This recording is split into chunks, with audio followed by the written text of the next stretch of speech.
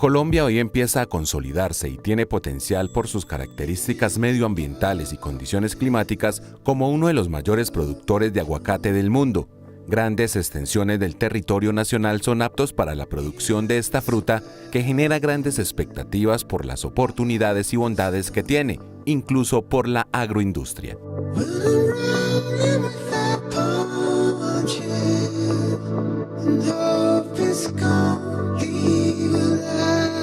El esfuerzo conjunto entre la institucionalidad y los actores de la cadena productiva del aguacate en Antioquia empiezan a mostrar resultados que permiten superar las limitaciones y mejorar las condiciones del cultivo, buscando ajustar la producción a los requerimientos internacionales.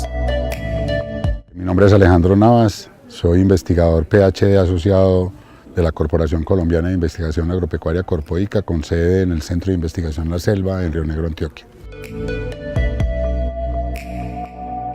Este proyecto de investigación tiene 5 componentes. Un primer componente tiene que ver con lo que es la agrobiodiversidad, o sea, todo lo que es material de siembra, teniendo claro que en el material de siembra de aguacate hay que considerar 2 entidades, el portainjertos y la copa. La copa que estamos utilizando o que tiene más demanda en el mundo en este momento es el cultivar haz.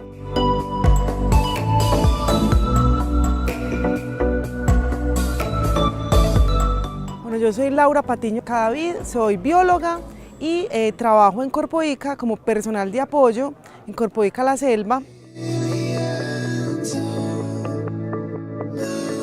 Y realmente nosotros hoy en este día de campo queremos llevarle varios mensajes al productor, sobre todo una responsabilidad como tal con lo que es el cultivo del aguacate. En el día de hoy tenemos varios enfoques sanitarios, genéticos e incluso pues todo lo que se tiene que tener en cuenta para sembrar como tal la semilla sexual de aguacate. Con respecto, por ejemplo, a la genética, queremos llevar el mensaje de que el productor pueda conocer por lo menos el origen como tal, de donde el viverista le entregó su portainjerto o su plántula como tal. Sí, realmente cuando hablamos de una planta de aguacate tenemos un portainjerto que es a partir de un árbol criollo, de estos que vemos así pues como en los bosques, que son altos, que son longevos, llevan mucho tiempo, que tienen frutos muy grandes. Entonces la planta de aguacate, el portainjertos, es a partir de estos árboles que vemos en los bosques, ¿sí? Y ya la parte de arriba es el haz o son árboles comerciales, que son el que nosotros vemos que es un fruto arrugado y que se vende muy bien en el exterior y acá también. Entonces son 2 entidades que tenemos en la planta y que cada uno tiene pues muchas cosas importantes para tener en cuenta.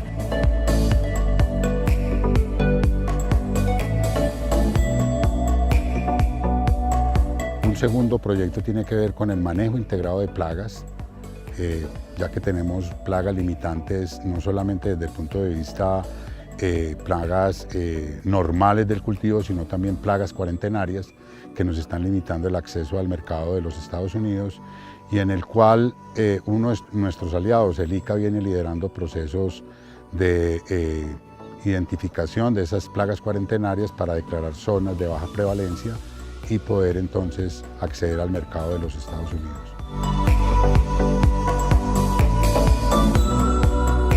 Soy Luis Carlos Rojas, del Instituto Colombiano Agropecuario. Asisto a la parte técnica de cultivos en plagas cuarentenarias en aguacate en todo el departamento de Antioquia.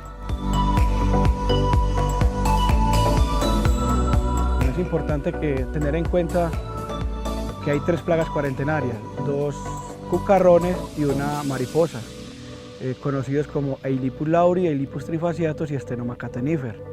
Estos son los barrenadores de ramas y frutos, o conocidos vulgarmente como los pasadores del aguacate. Aquí en Urrao tenemos 2 núcleos para la admisibilidad a los Estados Unidos, que serían en la vereda San José, espárragos y guamales. Pero vamos a incursionar nuevamente por la vereda La Concha y la vereda El Chuscal, que hay unos productores de aguacate con unas grandes cantidades de tierra, ¿Por qué estamos incursionando en esto? Porque queremos sacar este mercado tan importante de exportación de fruta a los Estados Unidos.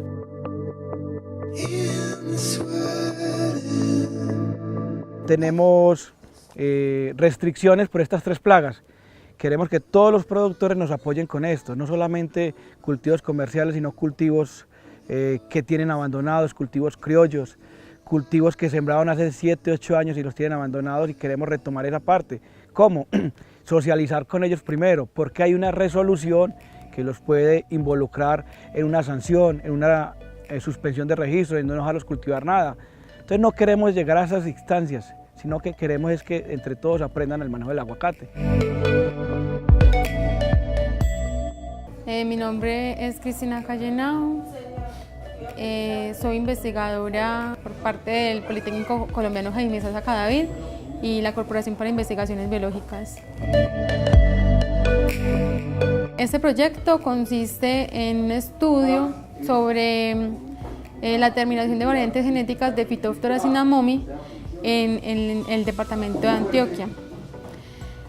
Esto es porque Phytophthora cinnamomi es considerado el principal agente causal de las pudriciones radiculares, que son la enfermedad más limitante en el aguacate, que tradicionalmente es pues, controlado a través del uso de agroquímicos y el manejo cultural principalmente. ¿Qué hemos encontrado? En total, en el proyecto analizamos 720 muestras de aguacate. A todas ellas les hicimos el diagnóstico de si tenían o no Phytophthora cinnamomi, pero todos esos árboles no mostraban sintomatología. O sea, habían árboles con síntomas que en general se caracterizan pues, por una clorosis a nivel foliar, marchitamiento, pérdida de follaje, frutos pequeños, ¿sí? Pero no todos los árboles analizados acá tenían esos síntomas. Sin embargo, de muchos de esos árboles, en total el 24.7% de las muestras analizadas mostraron o presentaron pues, a Phytophthora cinnamomi, que es un análisis que se hace pues, a nivel radicular. Entonces, ¿eso que nos está demostrando, por ejemplo? Que es necesario hacer un diagnóstico oportuno del patógeno, porque en muchos de esos árboles no se había manifestado aún la enfermedad y eso posibilita o favorece que se haga un manejo y que finalmente pues esa unidad productiva no se pierda, como suele suceder cuando se deja avanzar mucho esa enfermedad.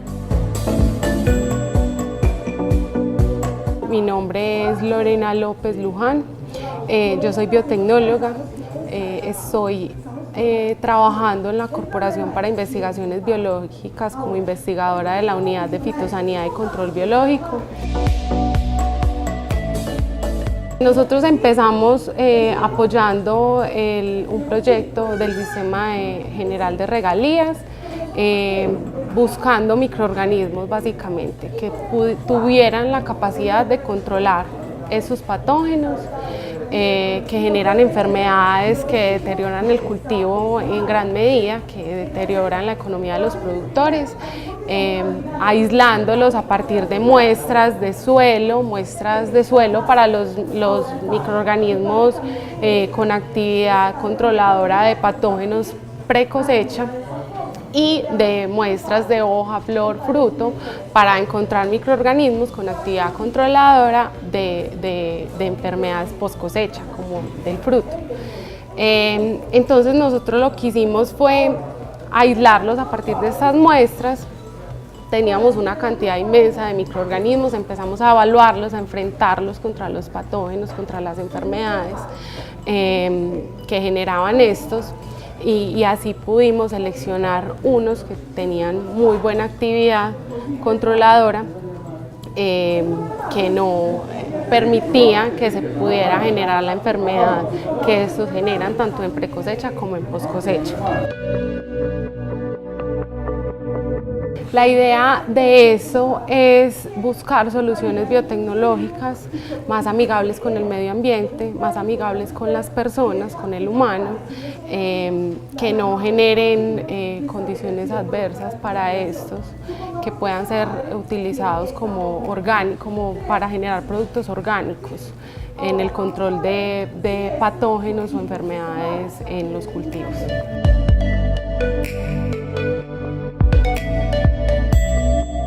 Bueno, en estos momentos, pues, predio que tenga registro ICA o predio exportador puede exportar hacia Europa, pero a Estados Unidos no, porque ellos se restringen de estas 3 plagas cuarentenarias. ¿Por qué son cuarentenarias? Porque ellos no las tienen allá en California. Entonces queremos que todo mundo, todo productor pequeño o grande se asocie. La asociatividad es muy importante para lograr que estos mercados tengan una mayor requerimientos de fruta. Entonces, si el pequeño productor no lo vean, porque aquí hay muchas grandes extensiones de tierra, entonces el pequeño productor lo primero que dice es, es que no, aquel como puede. Tenemos ejemplos de México con 16 árboles y pertenecen a una asociación y son muy grandes, que es la Asociación de Michoacán. Un tercer proyecto tiene que ver con lo que es ecofisiología, o sea, todo lo que son las condiciones, tanto edafoclimáticas que interactúan con la fisiología de la planta para obtener óptimas producciones. Mi nombre es Cipriano Arturo Díaz Díez, soy investigador máster senior de Corpoica, con sede en el Centro de Investigación La Selva de Corpoica en Río Negro, Antioquia. En el sistema de regalías Antioquia fue financiado un macroproyecto de aguacate y dentro del cual hay un subproyecto de ecofisiología, caracterización ecofisiológica del aguacate Hass.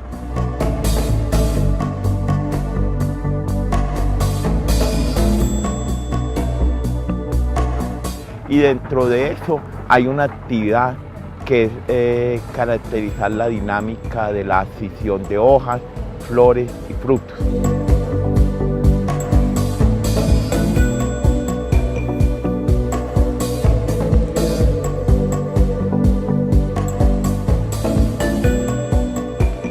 Un componente importante al sistema, porque es que la caída de hojas, de flores y frutos me va a permitir caracterizar la fenología del árbol. Cuando se caen hojas, eso aporta materia orgánica al suelo y protegen el suelo, primero, de los rayos solares. El cultivo del aguacate es un sistema que su gran debilidad es el sistema radicular muy rudimentario. Al estar el suelo cubierto por hojas, los rayos del sol no afectan tanto el sistema radicular, además protegen el suelo de la lluvia, que la lluvia causa un proceso erosivo. Las gotas de lluvia erosionan el suelo, entonces esto lo protege. Y aportan materia orgánica que va al sistema a mejorar las condiciones biológicas del suelo.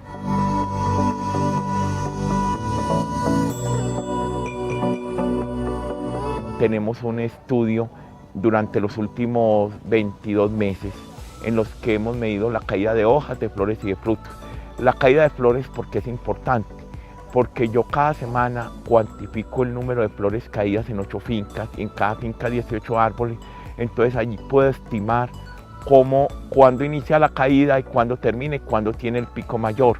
Esto me va a permitir saber cómo va a ser la producción, porque es que un árbol de aguacate puede producir hasta 2,5 millones de flores, pero solo el 0.05% cuajan a frutos para cosecha. Pero a mayor número de caídas de flores, así va a ser la cosecha. Y yo voy a saber si floreció ahí, dentro de cuántas semanas posiblemente va a ser la cosecha. La caída de frutos también me va a permitir establecer estrategias de que si se cayeron muchos frutos es porque tengo poco fertilizante, aunque el árbol también se regula automáticamente, pero me va a permitir establecer estrategias de manejo de problemas sanitarios, de nutrición y de otras cosas.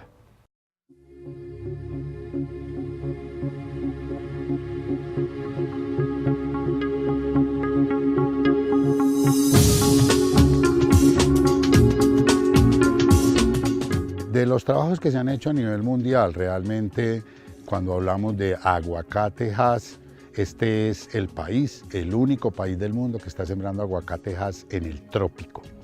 ¿Qué quiere decir eso? Quiere decir que aquí no hay estaciones.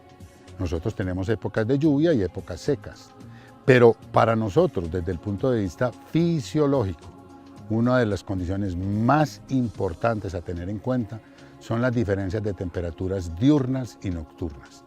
¿Qué quiere decir eso? Días calurosos y noches frescas. Hemos visto zonas donde se producen y se caen muchas hojas y zonas donde se caen menos. También, como en los últimos años se han sucedido estos fenómenos atípicos que son los conocidos como fenómeno del Pacífico o del Niño y el fenómeno de la Niña, uno por mucha sequía y otro por mucha precipitación en Colombia. Esto induce la caída también. Entonces todas estas condiciones hacen que árboles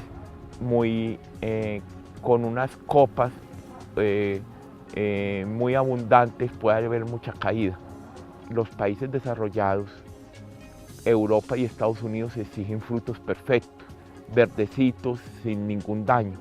Y nosotros aquí, a plena exposición de la luz, del agua, de las plagas, de enfermedades, un cultivo durante nosotros hemos contado hasta 39, 40 semanas, porque nosotros hemos marcado frutos cuando el árbol se dice que llegó al primer estado de cuajamiento, que son frutos entre 2.3 y 2.5 centímetros. Hemos marcado 120 frutos por árbol en 5 o 6 árboles y se han demorado 39 semanas a cosecha. Exponer estos árboles a todas estas condiciones, puede caer una granizada o puede haber una tempestad muy fuerte y el roce, por ejemplo este fruto, el roce de esta hoja en una tormenta, esto va a causar unas heridas en el fruto. Eso desde el punto de vista ambiental. Desde el punto de vista edáfico, las condiciones de suelo es muy importante que no sean suelos ácidos y si son ácidos deben ser encalados o aplicar enmiendas y deben ser suelos desde el punto de vista de drenaje muy bien drenados porque el aguacate es bastante susceptible a pudriciones de raíz.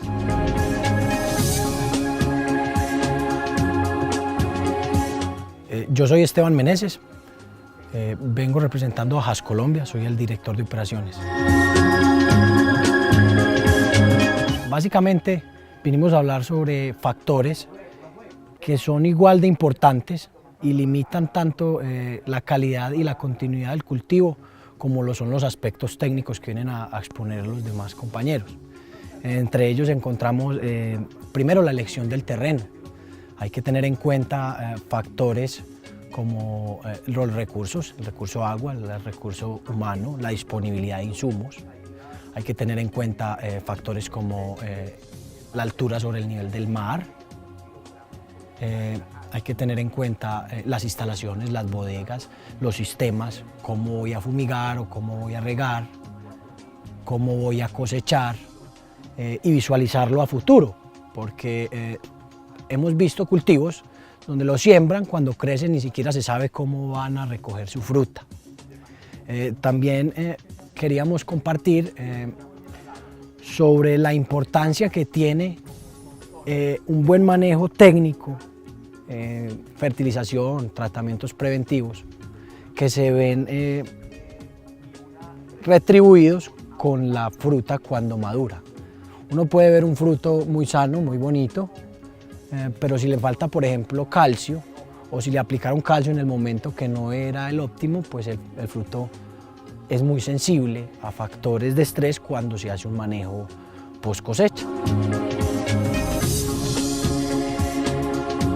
Un cuarto proyecto es todo lo que es post cosecha, tanto de la estimación de índices de post cosecha y todo lo que es el manejo y la vida útil del producto hasta el destino final. Mi nombre es Joana Grisales, soy ingeniera agrónoma, trabajo para Corpoica. El trabajo que nosotros traemos para presentarles hoy es un trabajo a nivel de post cosecha. Una fotografía, es caracterizar cómo está la fruta que estamos mandando. Importante que sepamos que es la fruta de exportación. Es una fruta, es lo que les está llegando a los consumidores en Europa, ¿cierto? No lo que nos queda aquí de descarte, lo que nos comemos nosotros, sino lo que está llegando a ellos. Para eso, entonces, tomamos las diferentes fincas. De las fincas muestramos un total de 1.550 frutos. Esos 1.550 frutos fueron evaluados uno a uno con lupa.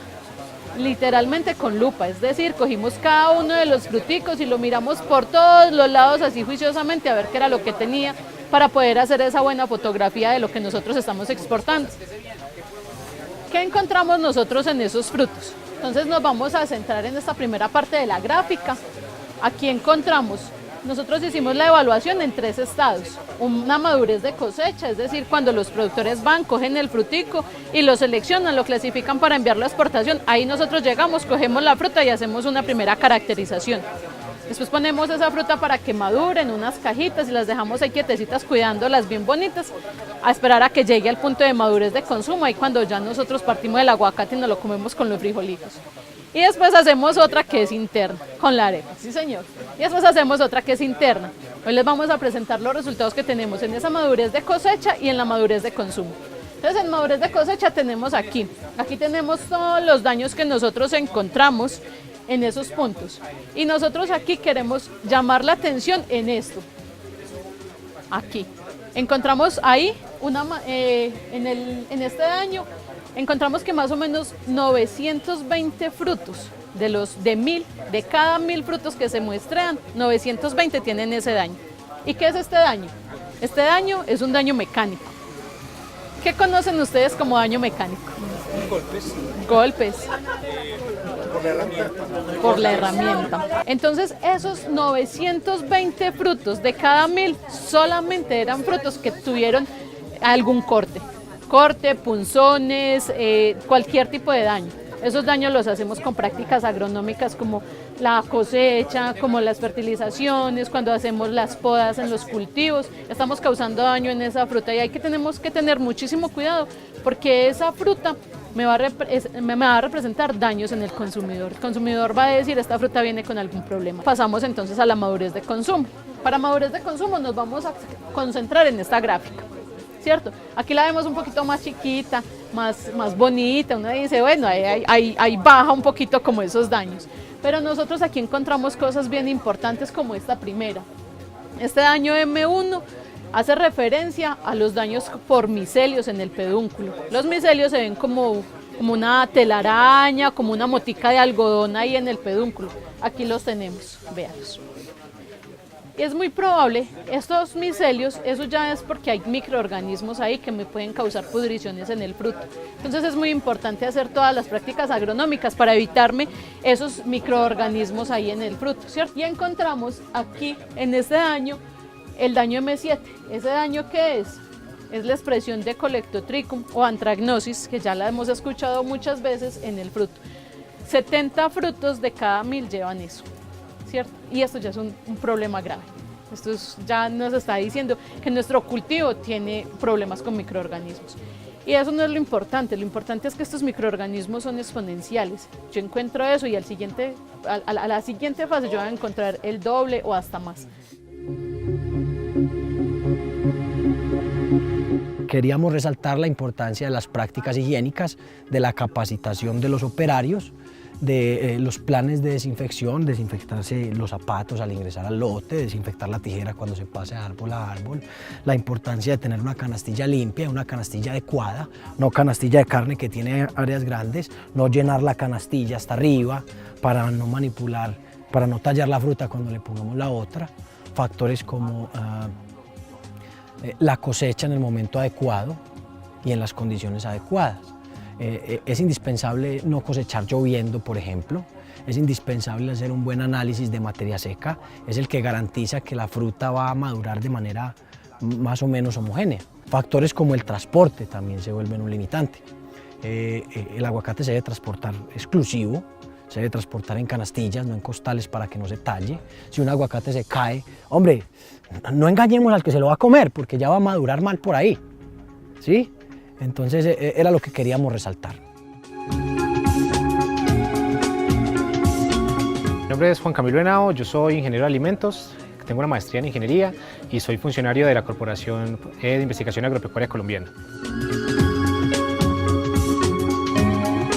Nosotros en esta estación básicamente lo que estamos haciendo es tratando de transferir los resultados que tenemos en cuanto al área de cosecha y poscosecha de frutos. Acá vas a poder encontrar, digamos, metodologías como determinaciones de índices de cosecha, materia seca, materia grasa, diámetros, volúmenes, tamaños de fruto, cómo eso se correlaciona, cuándo cosechar, cómo cosechar. Tenemos también la parte de daños, qué daños son los que están, digamos, predominando en los frutos de calidad de exportación que tenemos. Tenemos toda la parte de análisis sensorial de frutos que hemos encontrado para las diferentes regiones de Antioquia, cómo se están agrupando, qué características sensoriales pueden tener unos aguacates o otros aguacates respecto a esto. Tenemos una parte de instrumentación también, de nuevas tecnologías que tenemos para la aplicación en cuanto a daños y en cuanto a cosecha del aguacate Hass, y todo esto está enfocado a potenciar el posicionamiento de marca de aguacate colombiano en el mundo. En esta pequeña base se mira lo que son calidades en cuanto a índices de cosecha, particularmente materia seca, pero vemos que, digamos, ese aguacate es un aguacate que puede tener unas condiciones específicas de dimensiones, de color, de diámetros, de volumen y de color. Entonces, con este aparato lo que hacemos es medir cuantitativamente el color y nos arroja unas variables en cuanto a colorimetría triestímulo que me dicen en qué parte del espectro de color está. O sea, que esto es un verde, pero nos está diciendo qué verde es y que se puede discriminar, digamos, entre este aguacate que tiene un verde particular y puede tener un contenido de materia seca y, digamos, este aguacate que aparentemente es el mismo, pero si lo mido, tiene un verde muy diferente. Es un verde muy diferente.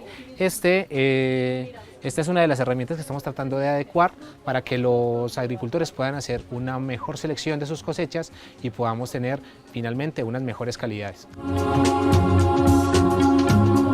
Bueno, no, ya esto simplemente es para medir las dimensiones, para medir los diámetros, diámetro ecuatorial y diámetro polar. Digamos, este tiene 61 milímetros de diámetro ecuatorial, 75 de diámetro polar, y esto nos sirve básicamente para, mediante unas fórmulas, poder calcular el tamaño del fruto, cuántos mililitros tiene este fruto, qué regiones de Antioquia puedan estar teniendo unos frutos de mayor calibre, de menor calibre, más grandes o más pequeños, y en qué calidades. Es interesante así como se trabaja con cacao, con café, que se caracteriza según ciertas zonas y se les da, digamos, que un plus, si es de esta zona y tiene tal nota, o si es de esta otra y tiene aquella. También lo estamos haciendo en este momento con el aguacate. Lo que hacemos primero es entonces reconocer todos esos sabores y olores que podemos encontrar en ciertos alimentos, en este caso el aguacate.